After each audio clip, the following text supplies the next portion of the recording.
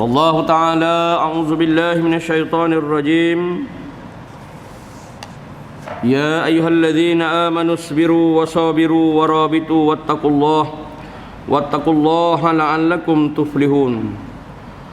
قال رسول الله صلى الله عليه وسلم ألا في الجسد المضغة وإذا صلحت جسد كله وإذا فسدت جسد كله ألا وهي القلب أو كما قال رسول الله صدق الله وصدق رسول الله صلى الله عليه وسلم.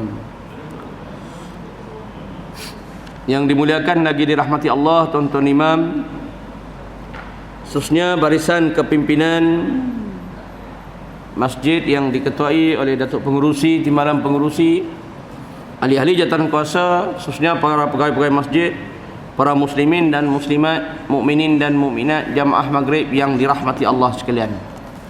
Sekali lagi dan buat kesekian kalinya, marilah sama-sama kita merafakkan setinggi-tinggi kesyukuran kita kehadrat Allah Jalla wa'ala.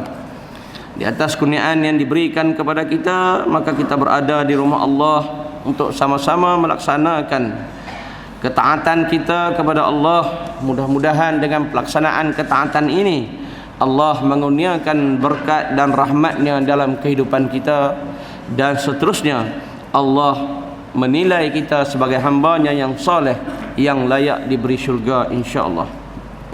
Alhamdulillah, kita bersyukur dalam apa jua keadaan Allah Ta'ala masih lagi menetapkan hati kita di atas agama Islam, dan kita memohon kepada Allah supaya agama ini tetap berada di atas jiwa-jiwa kita, sehingga tidak mungkin sama sekali agama ini dicabut, kerana kita telah mendapat nikmat dan rahmat daripada agama ini. Rabbana la tuzigh qulubana ba'da idh hadaitana wa hab lana min ladunka rahmah innaka antal wahhab. Wahai Tuhan kami, jangan Engkau pesongkan hati kami setelah Engkau memberi rahmat kepada kami, maka Engkau berilah kepada kami di sisi Engkau akan rahmat, sesungguhnya Engkau Maha Pemberi. InsyaAllah mudah-mudahan doa ini dimakbulkan oleh Allah dan kita berada di atas jalan aqidah ahli sunnah wal jamaah sehingga ke akhir hayat kita insya-Allah. Selawat dan salam terhadap junjungan besar Nabi kita Muhammad sallallahu alaihi wasallam. Baginda merupakan satu-satunya Allah Ta'ala benarkan untuk memberi syafaat kepada kita di saat-saat kita menghadapi syughul ataupun kekalutan hari akhirat. Maka Allah Ta'ala mengizinkan Nabi kita sallallahu alaihi wasallam untuk memberi syafaat kepada umatnya, yang mana melalui syafaat ini maka pelbagai-bagai kemudahan kita akan nikmati ketika berada dalam kesibukan mahsyar.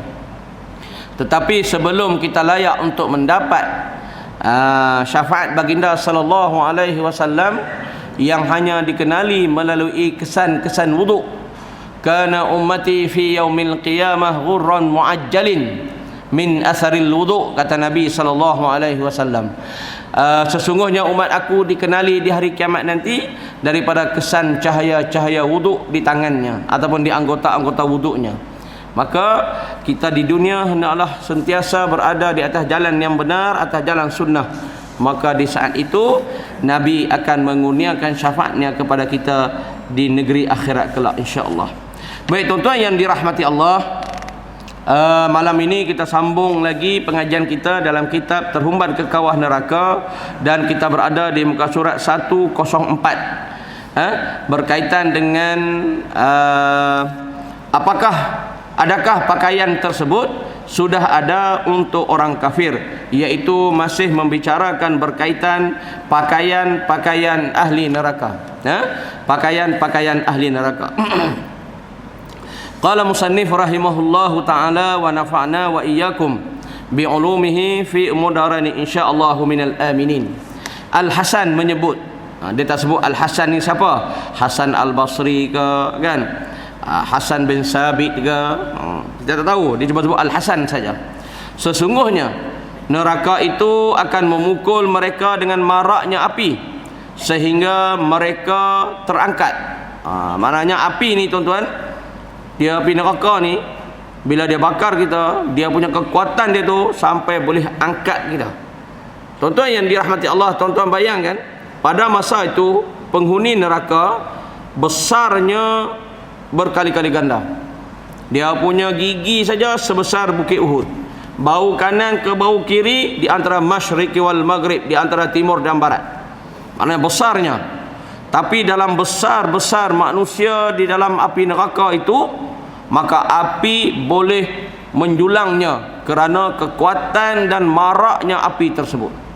Kita bayang macam di dunia ni air, kalau dia terlampau kuat, dia boleh angkat benda-benda berat yang terapung-apung di hujung air itu. Ya, air bila dia datang dengan kekuatan yang besar, rumah, kereta, apa semua bangunan dia bawa. Kan? Pada air itu benda yang bersifat lembut, cecair. Tapi bila dia banyak, dia besar, kita tengok pun ngeri. Api dalam neraka nanti tuan-tuan, jasad manusia yang begitu besar itu pun boleh dilonjak, boleh diangkat kerana nak menunjukkan maraknya dan memukulnya mereka itu dengan api tersebut, api neraka tersebut. Disebabkan kesakitan, jasad mereka terangkat naik seperti buih yang melonjak dari dalam periuk. Periuk yang kita tanak tu, panas air tu, maka dia mendidih itu, buih dia tu melonjak naik. Gitulah dia punya gambaran dia. Demikian juga manusia dibakar di dalam api neraka, kan? Di dalam api neraka, kemudian terlonjak naik ke atas disebabkan kesakitan dan maraknya api. Api itu dia boleh lonjakkan manusia itu. Diriwayatkan ketinggian mereka terlonjak naik disebabkan api itu, sehingga mereka mampu melihat teman-teman mereka yang berada di dalam syurga. Ini merupakan kesakitan dalaman, ketidakpuasan hati bersifat emosi apabila melihat sahabat-sahabat kita yang di dunia dulu berada di dalam syurga. Maknanya api itu dia julang kita terapung-apung atas api itu, sehingga tinggi dia boleh nampak sahabat-sahabat yang sedang berseronok di dalam syurga. Dahlah badan kita kepanasan dibakar oleh api, dalam masa yang sama kita dapat melihat pula orang yang mungkin atas dunia tu kita tak suka, mungkin atas dunia tu yang kita zalim, mungkin atas dunia ni yang kita sihirkan dia, dan macam-macam lah kezaliman yang kita buat kepada dia. Dengan berkat kesabaran dia, dia masuk syurga, dan kita tengok pula keseronokan dia dalam syurga. Kan? Allahu Akbar. Dengan dua dalam satu. Pertama, sakit akibat fizikal diseksa oleh api neraka tadi. Yang kedua, hati pula terasa sakit pula tengok kawan-kawan yang berseronok di dalam syurga. Tuan-tuan yang dirahmati Allah, dalam kitab hikam diriwayatkan salah seorang anak murid dia, Al-Makhul nama dia, anak murid kepada Imam Ahmad bin Hanbal. Dia bermimpi Imam Ahmad bin Hanbal di dalam syurga. Dia bermimpi Imam Ahmad Hanbal ni berada dalam syurga. Masa tu Imam Ahmad bin Hanbal masih hidup lagi, masih kita kata masih berada di atas muka bumi ini. Dalam mimpi itu dia tengok Imam Ahmad bin Hanbal ni, Imam Hanbali tadi berlari-lari di taman dan bermain mengejar dengan bidadari syurga. Dan di tepi taman itu ada pancutan air terjun yang mana nyaman, seronok, kan? Kita tengok Al-Makhul tadi bermimpi tadi, dia tengok punyalah dia seronok, sehingga dia tergalik punya mimpi itu terjaga lewat dia. Keesokannya dia pergi cari Imam Hanbali. Dia bertanyalah berkaitan dengan keadaan dia yang masuk syurga. Lalu Imam Ahmad bin Hanbal kata, sebenarnya aku ni dah banyak kali dah mimpi apa yang kamu mimpi tadi. Maknanya memang dia ni, Imam Ahmad ni, Imam Hanbali ini memang telah dijanjikan syurga. Dia kata seronoknya dalam syurga itu, dia tak dapat nak gambarkan lah. Rupanya dia dah mimpi banyak kali dah duduk dalam syurga itu. Dia tak dapat nak gambarkan seronok dia tu. Tetapi dia kata aku dapat firasat. Ini orang-orang yang makam dia tinggi lah, dapat firasat. Dia kata sebelum aku nak dapat nikmat syurga yang begitu hebat yang aku mimpi banyak kali itu, yang kamu juga mimpi itu, maka dia kata aku akan diuji di atas dunia ini. kerana syurga bukan aku nak perolehi dengan mudah-mudah. Dan diriwayatkan bahawa tak lama daripada lepas itu dia pun diuji dengan pemerintah yang menyuruh mengatakan Al-Quran itu makhluk. Khalifah Al-Mu'tasim, Khalifah Al-Ma'mum, Khalifah Harun Ar-Rashid. 3 khalifah yang memerintah Bani Abbasiyah, yang memerintah Baghdad pada ketika itu, mengeluarkan satu fatwa kebangsaan. Fatwa kebangsaan, bukan fatwa negeri. Fatwa kebangsaan, iaitu kita menggunakan pegangan bahawa Al-Quran itu makhluk. Ada ulama yang bersetuju, ulama-ulama su' ni, yang geng-geng pengampu kerajaan ini, maka mereka pun bersetujulah. Tapi Imam Ahmad bin Hanbal tak bersetuju. Dia mengatakan Al-Quran itu qadim, kalamullah, bukan makhluk. Maka buat satu perdebatan, buat satu forum berhujah. Berhujahlah, masing-masing berhujah, dan nampak hujah itu menang ataupun menyebelahi Imam Ahmad bin Hanbal. Tapi kerajaan tak puas hati, lalu dihukum penjara dengan 80 sebatan. Ada riwayat kata 40 sebatan setiap hari. Maka disebatlah dia tiap-tiap hari sehingga auratnya terbuka dan sebagainya. Sampailah pemerintah Harun Ar-Rashid ni, pertengahan Harun Ar-Rashid, barulah dia dibebaskan. Bayangkan tuan-tuan, antara dugaan cobaan yang dihadapi oleh Imam Ahmad bin Hanbal rahimahullahu ta'ala sebelum nak dapat syurga tadi tu, yang dia mimpi tu. Jadi kita tanyalah diri kita tuan-tuan, bila dapat syurga ni, adakah sesuai dengan apa yang kita hadapi di atas dunia ini? Biqadaril imtihan, biqadaril imtihan liwujudil qadaril imtikan, kata kitab hikam. Kadar ujian dan cobaan itu menunjukkan kadar kedudukan tingkat kedudukan kita di sisi Allah Ta'ala. Kalau kita dapat cobaan yang banyak, dugaan yang banyak, maka dia merupakan tingkat kita kehidupan dekat lagi kepada Allah. Tapi jangan kita salah faham. Jangan kita kata, ustaz, nak jadi baik mesti kena ada cobaan kan? Nak jadi baik mesti kena ada cobaan ke? Kalau macam tu tak payah jadi baik pun tak apa, kan? Cobaan ini bukan semestinya yang bersifat mudarat. Sebab kita bila sebut cobaan, ujian, mesti kita ingat kemudaratan. Dalam kitab hikam dia kata cobaan ini dia datang dalam pelbagai keadaan. Kadang-kadang kesenangan, kadang-kadang kekayaan, kesihatan dan sebagainya, dia merupakan cobaan juga. Bukan saja kemudaratan tuan-tuan merupakan cobaan, tapi kesenangan, kekayaan dan kesihatan dan lain-lain yang kita dapat juga merupakan cobaan. Baik, itu disebut dalam kitab hikam tersebut bahawa orang yang sentiasa, orang-orang yang melakukan maksiat ataupun kejahatan, tetapi dengan kejahatan itu boleh membawa dia kepada Allah. Maknanya dengan dia berlaku jahat itu menyebabkan hatinya teringat ke Allah. Dia kata, Allah, aku ni bila lah nak berhenti ni buat perangai macam ni? Kalau aku mati nanyalah. Maknanya setiap kali dia buat jahat, dia akan teringat. Cuma nafsunya ni tak boleh nak kawan dia buat jahat. Tapi selepas buat jahat, dia akan menyesal. Tapi 2-3 hari dia buat pula. Kenapa? Bukan dia sengaja, tapi kegagalnya dia mengawal nafsu. Sehingga dia menyebut, kalau engkau seksa aku pada waktu ini ya Allah, maka aku terpaksalah berserah kerana itu kesilapan aku. Maknanya dia buat jahat itu bukan semata-mata dia kena, tapi gagal dia. Kata kitab hikam, lebih baik daripada seseorang yang taat kepada Allah tapi dalam keadaan dia engkar ataupun dia takbur dan sombong dengan ketaatan dia itu. Ini benda yang sama-sama kita perhalusilah.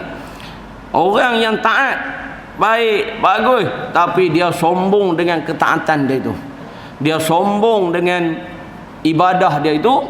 Dia kata dia lebih hina daripada orang jahat tadi. Setiap kali dia buat jahat, dia akan teringat kepada Allah Ta'ala. Ini di antara petikan-petikan yang menarik di dalam kitab hikam. Baik itu tuan-tuan yang dirahmati Allah, doa yang disebut oleh Abu Baghdad Al-Junaidi, iaitu Allahumma ja'al fi ghayatil qasdi ma huwa ilaika wa la taj'al fi ghayatil qasdi ma yatlubu minka.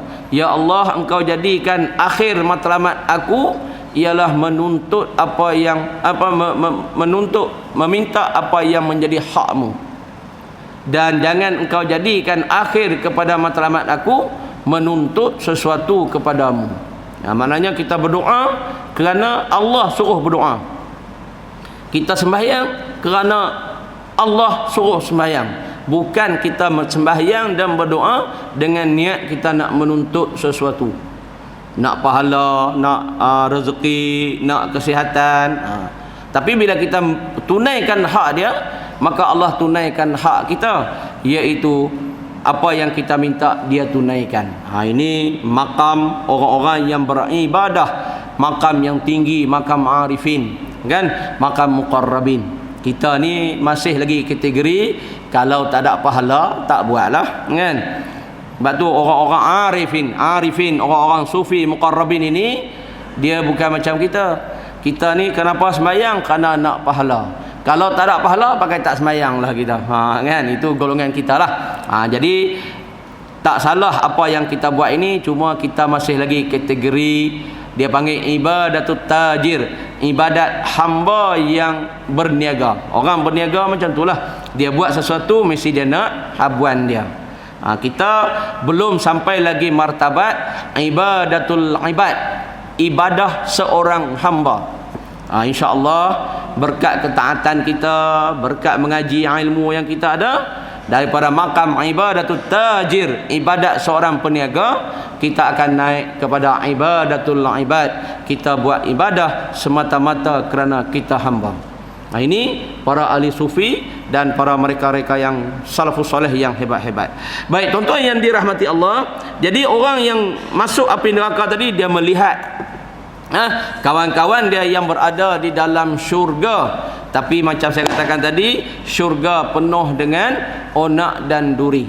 Baik itu disebutkan bahawa ad-dunya sijnun lil mu'minin wa jannatu lil kafirin. Dunia ini syurga penjara bagi orang mukmin dan juga syurga bagi orang kafir. Ad-dunya fihi halawatun muhdarah, kata Nabi. Dunia ini padanya penuh dengan kesedapan dan juga yang muda-muda, hijau-hijau. Maknanya semua yang jenis seronok-seronok itu dunia, kan. Innad dunya kullum mata', kata Nabi, dunia ini semuanya keseronokan. Wa khairul mata' mar'atus salihah, dan sebaik-baik keseronokan dunia ini ialah isteri yang salihah. Ini berkaitan dengan dunia, yang mana gagal kita di dunia membawa akibat yang buruk kepada akhirat kita.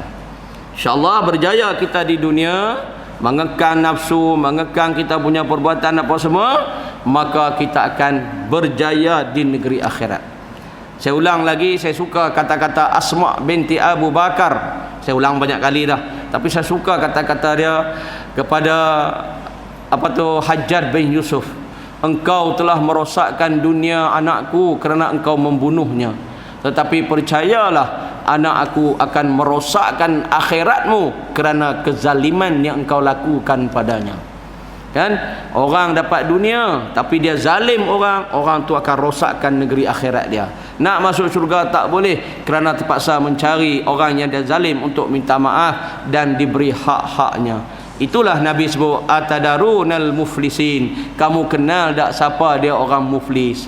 Orang muflis ini ialah orang yang rajin sembahyang puasa, tetapi pahalanya semua nak kena bagi dekat orang di negeri akhirat kelak. Jadi dunia ini penuh dengan cabaran, seperti mana Imam Ahmad bin Hanbal tadi bermimpi masuk syurga, tapi cubaan dan dugaan yang dia hadapi, masya-Allah tuan-tuan bacalah, carilah kisah autobiografi diri beliau yang penuh dengan cubaan. Baik, saat terlonjak naik hingga ke atas itu, ketika api yang melonjak-lonjak melambung kita tu, malaikat mengambil cambuk besi cambuk besi, kemudian memukul mereka sekali pukulan, lalu mereka terjatuh kembali sejauh 70 musim. Kan, sampai masuk ke dalam api neraka Allah. Lalu disebutkan kepada mereka, zuku azabal hariq, rasakanlah kamu azab seksa yang sentiasa membakar.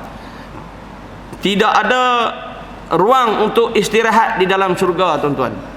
Di atas dunia masa 24 jam, 12 jam, pukul 10, pukul 11 itu kita yang atur berdasarkan pergerakan matahari. Di akhirat mana ada lagi siang malam apa semua matahari, kan? Dia tak ada masa lagi, jadi tidak ada ruang untuk berehat. Kan ahli syurga tak penat, tak letih. Ahli neraka pun makan pun tak kenyang, minum pun tak hilangkan dahaga. Maknanya dia punya keseksaan itu berterusan. Sehinggalah sampai saat pengampunan Allah ataupun selesai dah, habis dah pahala bagi mereka, selesai habis sudah dosa bagi mereka yang beragama Islam.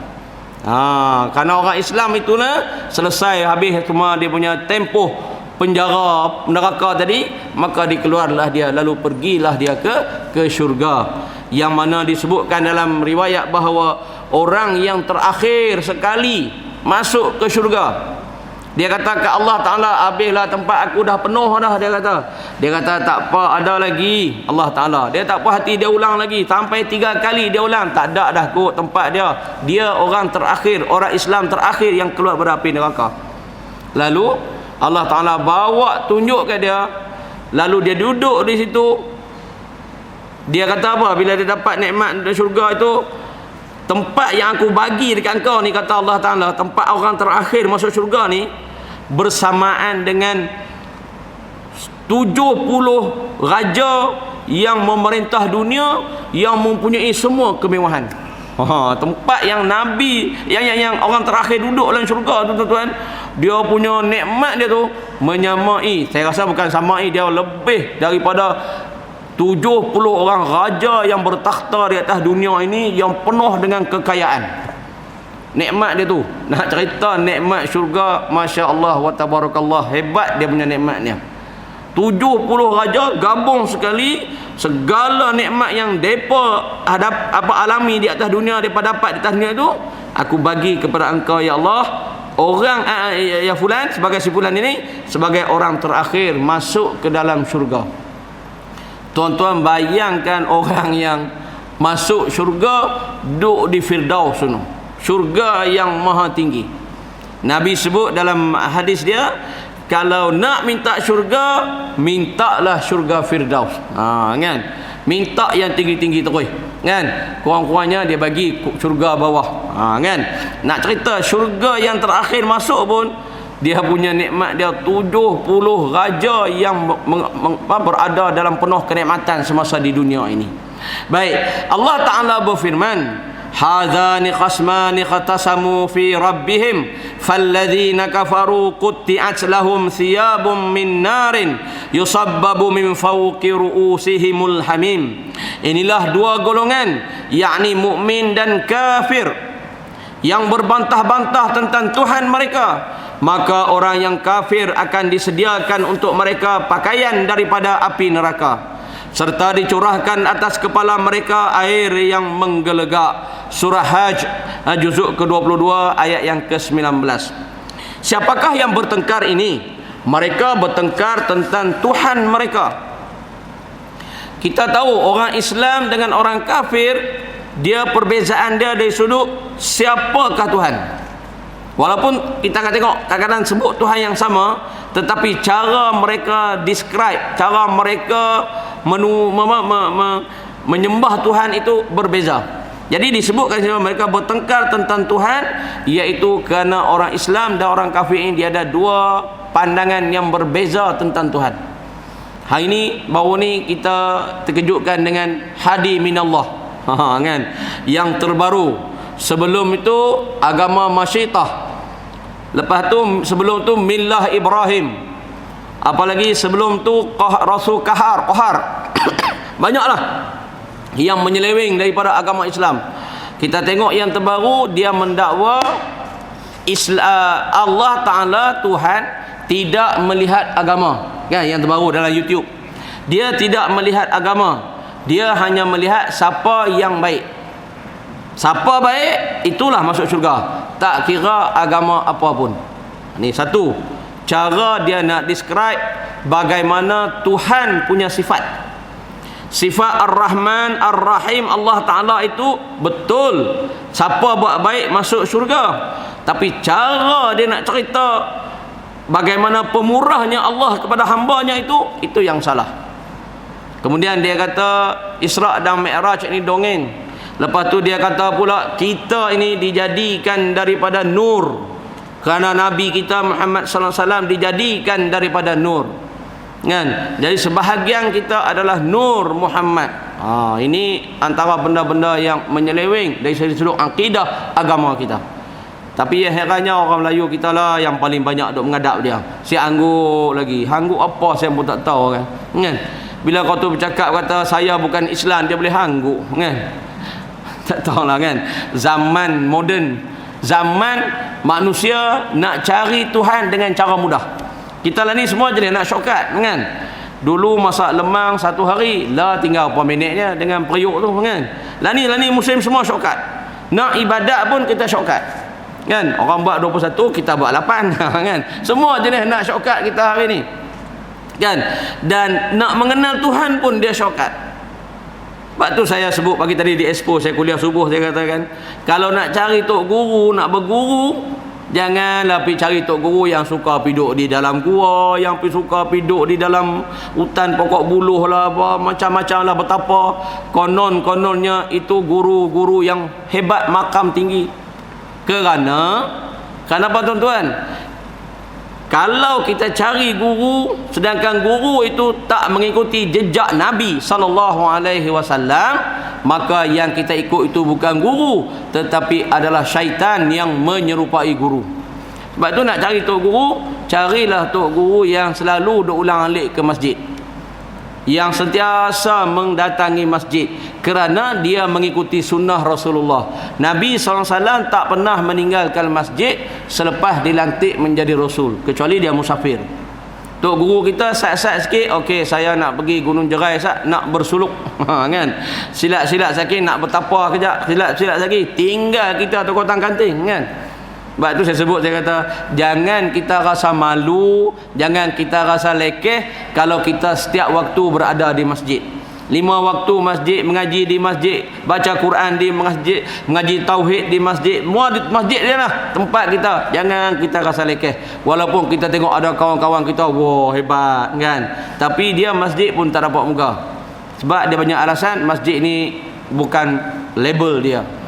Kerana Nabi menunjukkan contoh teladan kepada kita, iaitu masjid ini adalah tempat Nabi beribadah dan sebagainya. Ini di antara benda yang kita kena jaga, tuan-tuan. Sebab apa? Dia menyebabkan masalah kita di negeri akhirat nanti. Bukan sekadar di dunia.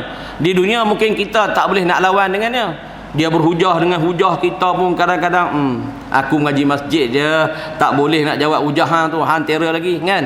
Kita pun rasa malu Allah dengan dia sebab dia hebat berhujah. Tapi di sisi Allah Ta'ala, adakah Allah terima cara dia nak berguru itu dengan dia mengasingkan diri daripada khalayak, khususnya di masjid? Ni kita kena fikir supaya jangan negeri akhirat kita rosak semata-mata kita nak cari dunia, kehebatan di atas dunia ini. Kerana kita bimbang, dia buat satu jalan. Sebab dia kata apa? Dalam kitab Hikam dia kata, ramai manusia suka mencari jalan untuk menuju Tuhan. Cara nak tuju Tuhan ni, Tuhan bagi macam-macam cara. Ada yang Tuhan timpa ujian, lalu dia teringat Tuhan. Ada yang Allah bagikan kepada dia pandangan mata dia melihat sesuatu, dia teringat Tuhan. Ada yang caranya telinganya mendengar, dia pun kembali balik insaf. Ada yang dengar bila orang kata dekat dia masuk dalam hati, dia pun insaf. Berbagai-bagai cara Tuhan bagi untuk mencari dia ini. Dalam anggota kita ni yang ada keliling kita apa semua, tuan-tuan, semuanya Tuhan tunjukkan kepada kita dengan tidak lain dan tidak bukan semata-mata untuk mencari dia. Tetapi kata kita hikam, kalau kita cari Tuhan dengan cara yang tidak ditunjukkan oleh Nabi, maka pencarian itu tidak akan mendapat berkat. Dalam kitab hikam ada satu tajuk, dia kata kadang-kadang Allah memberi ibadah, tetapi Allah tidak memberi keberkatan dalam ibadah. Orang tu beribadah, rajin sembahyang, beribadah, tetapi tak ada keberkatan dalam ibadah dia. Apa dia tuan-tuan? Kata kita hikam, melalui hidupan harian dia yang tidak menunjukkan dia ahli ibadah. Ada kan kita nampak kan? Rajin sembahyang, rajin sekarang, bagusnya akhlaknya, Masya Allah, tak menunjukkan dia ahli ibadah. Kata kita hikam, kadang-kadang Allah dia memberi kepada dia ibadah, tetapi tidak ada keberkatan. Kadang-kadang Allah memberi kepadanya kemaksiatan dan kejahatan, tapi Allah membuka ruang keinsafan. Dia buat jahat, dengan jahat itulah dia kembali kepada Allah. Dengan jahat itulah dia terasa insaf dan rendah diri dia. Ini kadang-kadang berlaku dalam masyarakat kita. Tuan-tuan yang dirahmati Allah, jadi dia kata Tuhan ini bertengkar tentang Tuhan, kerana mukmin dan kafir mempunyai pandangan yang berbeza tentang Tuhan. Macam kita Islam, kita sebut Allah itu satu, dialah tempat kita sembah, tidak melalui mana-mana perantaraan. Sama ada patung, berhala, pokok kayu, kubur dan apa, tidak. Kita sembah direct kepada Tuhan. Kita bukan saja mengakui Tuhan itu satu dan menjadikan alam ini, kita juga mengakui dialah tempat yang kita sembah. Ada orang kafir percaya Tuhan itu satu, tapi dia menggunakan perantaraan untuk menyembah. Seperti dia sembah pokok, kerana tujuan dia pokok ini keramat, boleh bagi bantuan kepada dia. Dia sembah patung kerana dia anggap patung ini akan menghantar permintaan dia kepada Tuhan. Kita tidak ada sebarang perantaraan, dah berbeza daripada situ. Baik, mukmin dan kafir, kata sebab turun ayat ini ialah dua golongan, yakni mukmin dan kafir yang terlibat dalam peperangan Badar bertengkar. Siapakah mereka? Namanya ialah Ali bin Abi Talib, Hamzah, dan juga Ubaidah, Abu Ubaidah Al-Jarrah. Ketiga-tiga mereka bertengkar dengan tiga orang kafir, Syaibah bin Rabi'ah, Utbah bin Rabi'ah, dan Al-Walid bin Utbah. Allah telah menyediakan untuk ketiga-tiga orang kafir itu pakaian yang dibakar di dalam api neraka. Ketiga-tiga itu mati dalam peperangan Badar, dan mereka telah disediakan pakaian di dalam api neraka. Kita tak heran tuan-tuan, jangan kita rasa rupanya Allah dah ready, mereka mati. Abu Lahab dah tahu sebelum masa hidup lagi, dia tahulah dia masuk neraka. Bukan kata masa dia dekat dah mati, dia dah hidup lagi. Ayat tentang tabat siada Abi Lahab bin Wattab itu turun ketika Abu Lahab masih hidup, dan dia pun tahu kehidupan akhir kehidupan dia adalah api neraka. Lalu soalan dia, kenapa dia tidak berusaha untuk masuk Islam ke, bertaubat jadi baik ke? Bahkan lagi dia tahu dia nak masuk neraka, lagi kuat tentangan dia terhadap agama Islam. Sinilah kadang-kadang kita tengok perangai setengah manusia, dah tahu dah jahat ini ke neraka, tetapi dia tetap juga buat jahat, kan? Dia tetap juga buat jahat tanpa rasa insaf, tanpa rasa nak menyesal, dia terus dengan jahat walaupun dia tahu jahat, maksiat membawa kepada neraka. Inilah kadang sikap Allah Ta'ala nak tunjukkan perangai Abu Lahab, yang hidup pun Allah dah bagi tahu masuk neraka, tapi dia tak ada perasaan pun untuk insaf, bertaubat dan kembali kepada Allah. Kan, kalau kita kembali balik, kita tengok Iblis dah dilaknat oleh Allah. Qala fakhruj minha fa innaka minas saghirin, keluar engkau daripada sini, engkau golongan yang hina. Allah laknat. Wa inna alaika la'nata ila yaumiddin, kepada engkau, atas engkau wahai iblis, aku laknat, aku sumpah engkau sehingga ke hari kiamat, yaumiddin. Tetapi kenapa iblis bila dia turun ke dunia, dia tidak berasa menyesal dan bersalah, Lalu dia bersumpah pula di hadapan Tuhan, la wa ughwiyannahum ajma'in illa min ibadikas salihin. Aku akan sesatkan mereka kesemuanya daripada hamba-Mu kecuali mereka-mereka yang ikhlas. Soalan dia, kenapa iblis dah dilaknat, dah ditetapkan neraka, dah bagi tahu berah, tapi dia masih dengan kesombongan dia. Berbanding dengan Nabi Adam bila dia bersalah, Rabbana zalamna anfusana wa illam taghfir lana wa tarhamna lanakunanna minal khasirin. Wahai Tuhan kami, ampunlah dosa kami. Jika kamu tak mengampunkan dosa kami dan tak merahmati kami, maka kami termasuk di kalangan orang-orang yang rugi. Inilah nak menunjukkan sebahagian daripada sikap manusia. Dia buat salah, dia ada nurani dia ada hati kecil dia, maka dia akan kembali balik kepada Tuhan. Dia buat salah, hati kecil dia dipenuhi dengan iblis dan syaitan, sampai kesudah dia tak cari Tuhan. Bahkan dia sombong, dia seronok dengan kekafiran dia dan juga kemaksiatan dia.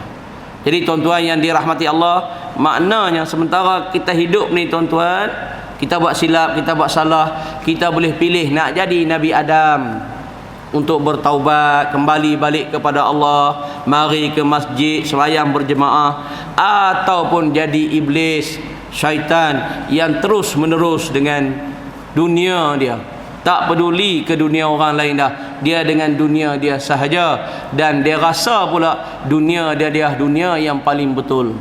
Macam iblis lah, dia rasa dialah yang paling betul kerana dia dulu daripada Nabi Adam dahlah diciptakan, kemudian baru je masuk dalam syurga, sombong pula tu nak suruh sembah dia pula. Kan dia rasa pada diri iblis.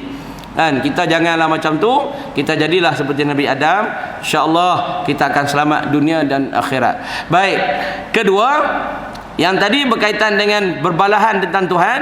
Yang kedua berkaitan dengan disebutkan oleh Sa'id bin Jubair. Siapa Sa'id bin Jubair ni tuan-tuan? Tabi'in yang terkenal. Dia ni mati orang yang terakhir yang dibunuh oleh Hajjaj bin Yusuf Al-Thaqafi. Hajjaj bin Yusuf Al-Thaqafi ini dia bunuh 250,000 orang. Dalam hadis hadis itu hadis mursal kan, tetapi orang terakhir ialah Sa'id bin Jubair. Bacalah tuan-tuan, bacalah kisah dia pembunuhan, bagaimana dia bunuh Sa'id bin Jubair. Dia pusing ke belakang kiblat, dia pusing ke kiblat, dia baca ayat Al-Quran. Dia pusing ke belakang kiblat, Sa'id bin Jubair baca ayat Al-Quran. Dia terlengkup pun dia baca ayat Al-Quran. Sehingga Hajjaj tak tahu nak buat apa dah, dia pancung je macam tu kan. Dikatakan ketika kepala tercabut daripada badan tu, Sa'id bin Jubair masih lagi menyebut ayat suci Al-Quran. Ini waliullah, para salafus salih yang hebat. Jadi Jubair ini dia tabi'in yang terkenal, dia yang terakhir dibunuh oleh Hajjaj bin Yusuf As-Saqafi. Benarlah kata Asma binti Abu Bakar ketika dia berjumpa dengan Hajjaj bin Yusuf, sebelum dia nak cakap yang saya kata berkaitan engkau telah rosakkan tu, maka dia kata apa? Aku dengar Nabi SAW pernah bersabda, dia kata bahawa fi saqifin kazzaban wa mubiran, dia kata. Aku dengar Nabi kata pada Saqif ini ada pendusta dan penumpah darah, dia kata. Lalu penumpah darah ini engkau lah Hajjaj bin Yusuf ni, benarlah yang Nabi maksudkan penumpah darah tu engkau lah. Dia tunjuk jari dia dekat Hajjaj ketika dia marah kerana Hajjaj bunuh anak dia. Ketika dia kata aku dengar Nabi kata kana fi saqifin kazzaban wa mubiran, itu rupanya engkau lah pembunuh yang dimaksudkan oleh Nabi. Tetapi kazzaban ni Nabi palsu, itu kami telah ketahui, dia kata Asma. Bila Nabi sebut Nabi palsu maknanya tahulah itu musallamatul kazab, tahulah kau. Tapi mubiran itu pembunuh ini, silap tak silap engkau lah, kata Asma. Engkau lah rupanya yang Nabi sebutkan sebagai mubiran.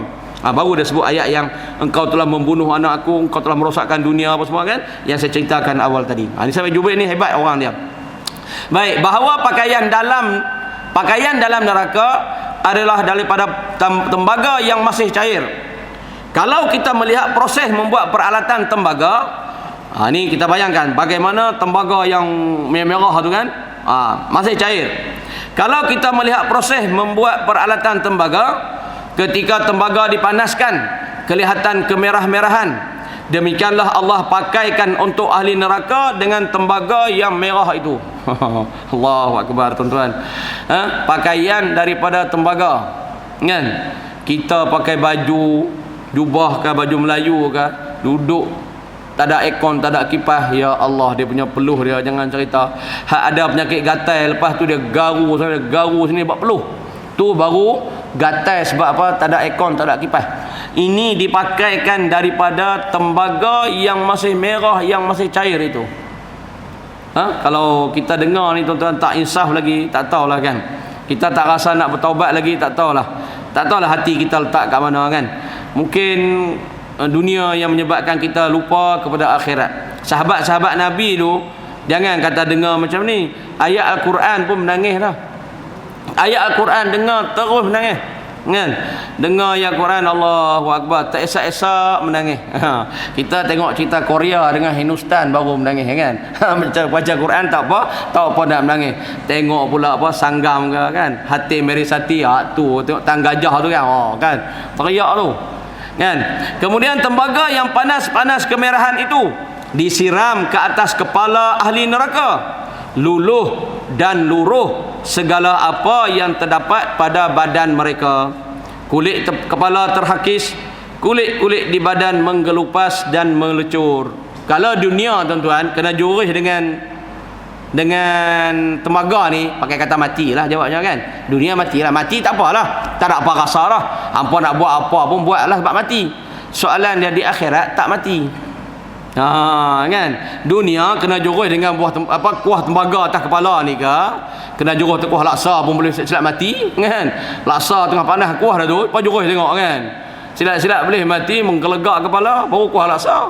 Dengan asam keping, dengan serai semua dalam tu kan. Ini juruh dengan tembaga. Kalau dunia mati dah, tapi masalah sekarang ni di neraka tak mati-mati. Tu yang masalah kan. Itulah yang masalah. Itulah yang disebutkan liyadzuku azabal harik ni dalam ayat yang surah Ali Imran tadi, juzuk yang ketiga ayat ke-181. Zuku azabal harik, untuk merasai azab yang sangat pedih kerana tak mati. Bila tak mati, meraunglah kita, menjeritlah kita. Dahlah benda tu dahsyat kan. Tembaga, luluh habis, tak mati. Bila tak mati, kesakitan tu akan sentiasa terasa. Macam gigi tu, gigi kita kalau sakit, dia ngak, hilang, dia mati dia punya akar tu, tak rasa apa dah lah kan. Kita bersunat sunat kan, zaman kita tak ada lah bersunat kan. Zaman budak ni bersunat kan, bubuh bius, buat apa pun tak apa dah kan. Sebab kita dah mati kan, deria rasa tu, tak sakit dah. Itu di dunia. Di akhirat dia tak ada benda-benda macam tu, dia jalan dia. Jadi bayangkan sekarang nak menanggung tu, keseronokan 5 minit 10 minit di atas dunia, kita nak tanggung dia punya azab yang tak berbaloi lah. Sebab tu kalau kita kaji balik tuan-tuan, Fir'aun jahat. Fir'aun manusia paling jahat atas dunia. Diriwayatkan dalam sejarah, Fir'aun mati ketika berumur 120 tahun ke 150 tahun, lebih kurang itulah dia mati kan. Maknanya 50 tahun campur dengan 40 tahun 60 tahun sikit, lebih kurang dalam 100 tahun ataupun 80 tahun saja dia buat jahat. 80 tahun takkan dia lahir-lahir terus jahat kan. Tak, dia pegang takhta kerajaan baru dia jahat. Lebih kurang ahli sejarah kata lebih kurang dalam 70 hingga 80 tahunnya, tu pun mungkin kurang lagi kejahatan yang dia buat kepada manusia yang lain. Tetapi dia dah mati sampai ke hari ini 5,000 tahun lebih dah. Daripada zaman Nabi Musa sampai ke hari ini, Fir'aun mati 5,000 tahun lebih dah. Berbaloi tak tuan-tuan? 5,000 tahun diseksa sampai ke hari ini oleh Allah Ta'ala dengan kejahatan yang dibuat sekitar 80 tahun 90 tahun. Tentu tak berbaloi. Nak kiamat tak tahu lagi bila kan. Jadi kalau kita fikir macam tu, aku nak buat jahat Allah kan. Sebab saya teringat ada seorang hamba Allah ni tanya soalan kat saya. Soalan tu agak lucah sikit lah kan. Dia tanya soalan saya nak cerita pun jadi malu lah kan. Sebab puasa sunat, tengah puasa sunat, boleh tak kalau isteri ajak kan? Yang tanya saya tu umur 82 tahun baru menikah kan. 82 tahun, isteri umur 65 tahun kan. Depan khalayak pula tu dia tanya kan. Saya pun nak jawab, tak jawab serba salah kan. Tapi saya jawab je lah secara depan ni, saya jawab cara betul lah. Cara ikhlas lah jawab kan. Lala sampai depan dia, sampai jumpa kata Tuan Imam kata, alang-alang nak berbuka, nak berbaloi, baloi dia kata. Cukup kata, jangan sekat 5 minit bak rugi je buka puasa dia kata kan. Nak minta soalan tu, saya tak nak bayangkan soalan yang dia tanya tu kan. Saya kata biar betul-betul buat rugi 5 minit buka puasa sunat pula tu, saya kata kan. Saya kata kat dia kan, bukan saya nak cerita apa, nak cerita kaitan nak buat jahat tu kan. Sekadar 50 tahun 60 tahun, kita umur kita 70 tahun buat jahat hanya sekadar 20 tahun 30 tahun, tu pun tak sampai apa kan. Tiba-tiba masuk dalam kubur disiksa oleh Allah Ta'ala sampai nak kiamat, tak tahu bila lagi kita berada dalam keseksaan tersebut. Kita fikir-fikir macam tu mungkin mengurangkan sikit teringin kita untuk buat benda maksiat. Baik tuan-tuan yang dirahmati Allah, okey, insya-Allah kita nak masuk. Kata Sa'id bin Jubair, ia adalah tembaga yang akan melelehkan segala apa yang ada di dalam perut mereka. Kita lihat pula lava gunung berapi. Itu api dunia yang kadarnya 1/70 sahaja. Bagaimanakah pula kepanasan api neraka Allah dengan 70 kali ganda daripada kepanasan lava gunung berapi. Kata Zaid bin Aslam, ini seorang tabi'in juga, aku mendengar penduduk neraka itu tidak bernafas, tidak bernyawa, tetapi tidak mati. Tak mati-mati. Kita tengok cerita Pompei, tuan-tuan, Pompei kan, penduduk Pompei di Itali. Ketika lava gunung berapi itu mengalir kena dekat depa, kita tengok dalam ada filem, tuan-tuan boleh tengok filem dah. Buka YouTube, tengok filem Pompei. Bagaimana Allah Taala letuskan gunung berapi, lava gunung berapi itu daripada gunung berapi turun mengalir kat rumah-rumah depa, kena gunung berapi itu habis jadi batu ada, jadi beku ada, macam-macam keadaan lah, hancur pun ada. Itu lava gunung berapi yang 1/70 kan. Ini 70 kali ganda api neraka. Jadi tuan-tuan yang dirahmati Allah, mudah-mudahan kita insaf, kita rasa gerun dengan azab Allah. Jadi bila kita takut dengan azab Allah ni tuan-tuan, kalau kita menangis, jangan menangis depan orang ramai lah kan. Balik rumah agak duduk seorang ada teringat balik Allah teriak, maka kita termasuk 7 golongan yang dapat perlindungan Allah. Karena Nabi sebut antaranya ialah warajulun zakarullah daqat aina, lelaki yang mengingati Allah, takut dengan azab Allah, lalu mengalir air matanya, khalian bersendirian di rumah, duduk dalam bilik ke apa, duduk senyap-senyap, teringat kuliah pasal neraka, tiba-tiba mengalir air mata kita kerana sangat takut. Warajulun zakarullahu khalian wa daqat ainah, maka mengalir air mata dia. Bagi saya orang jenis macam tu dikhabarkan dengan berita gembira, iaitu dia dapat perlindungan Allah di hari mahsyar kelak. Ada 7 lah yang saya baca tu, salah satu daripada 7 yang disebut oleh Allah Ta'ala. Kemudian tuan-tuan pula minat pula dengan masjid. Warajulun qalbuhu mu'allakum fil masajid, lelaki yang hatinya sentiasa teringat dengan masjid. 2 dah tuan-tuan dapat. Dalam masa yang sama tuan-tuan ni jenis orang yang bersilaturahmi. Warajulun yatafarraqa wa yajtama'a wa yatafarraqa alaihima. Rajulun, lelaki yang bertemu dan mereka bertemu dan berpisah kerana Allah. 3 dah tuan-tuan ada kat tuan-tuan untuk melayakkan dapat bonus, iaitu perlindungan Allah di hari mahsyar kelak.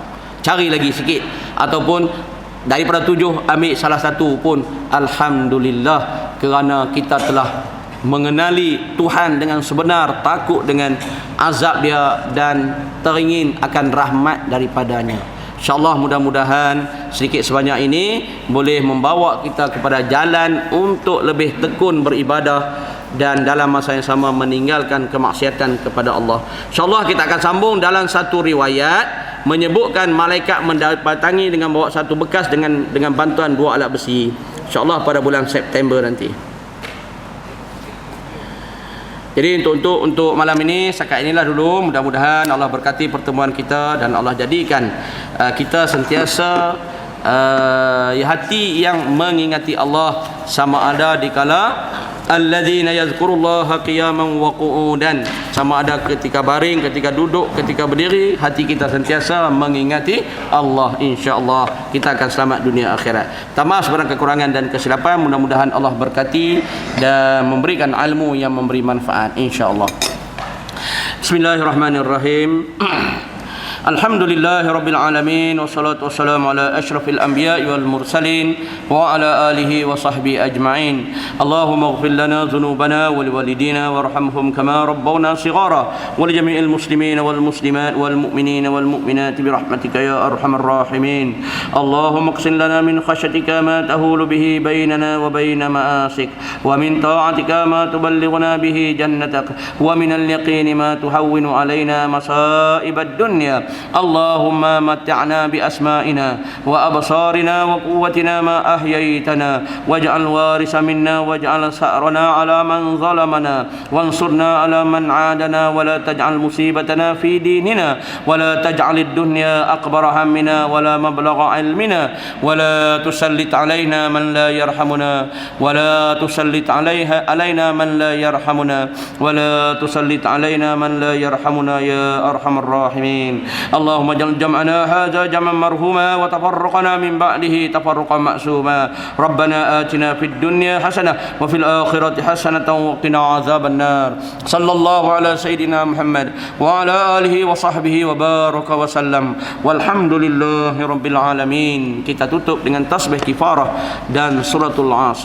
Subhanakallahumma wa bihamdika asyhadu an la ilaha illa anta astaghfiruka wa atubu ilaik.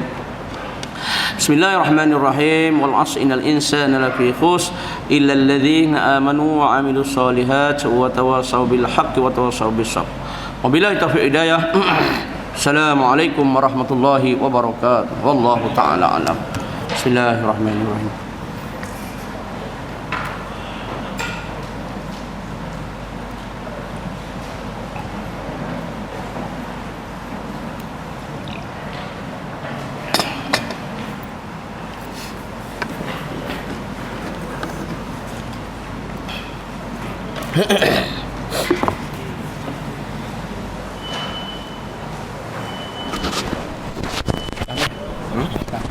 Dah lepas dah. Simple je buat.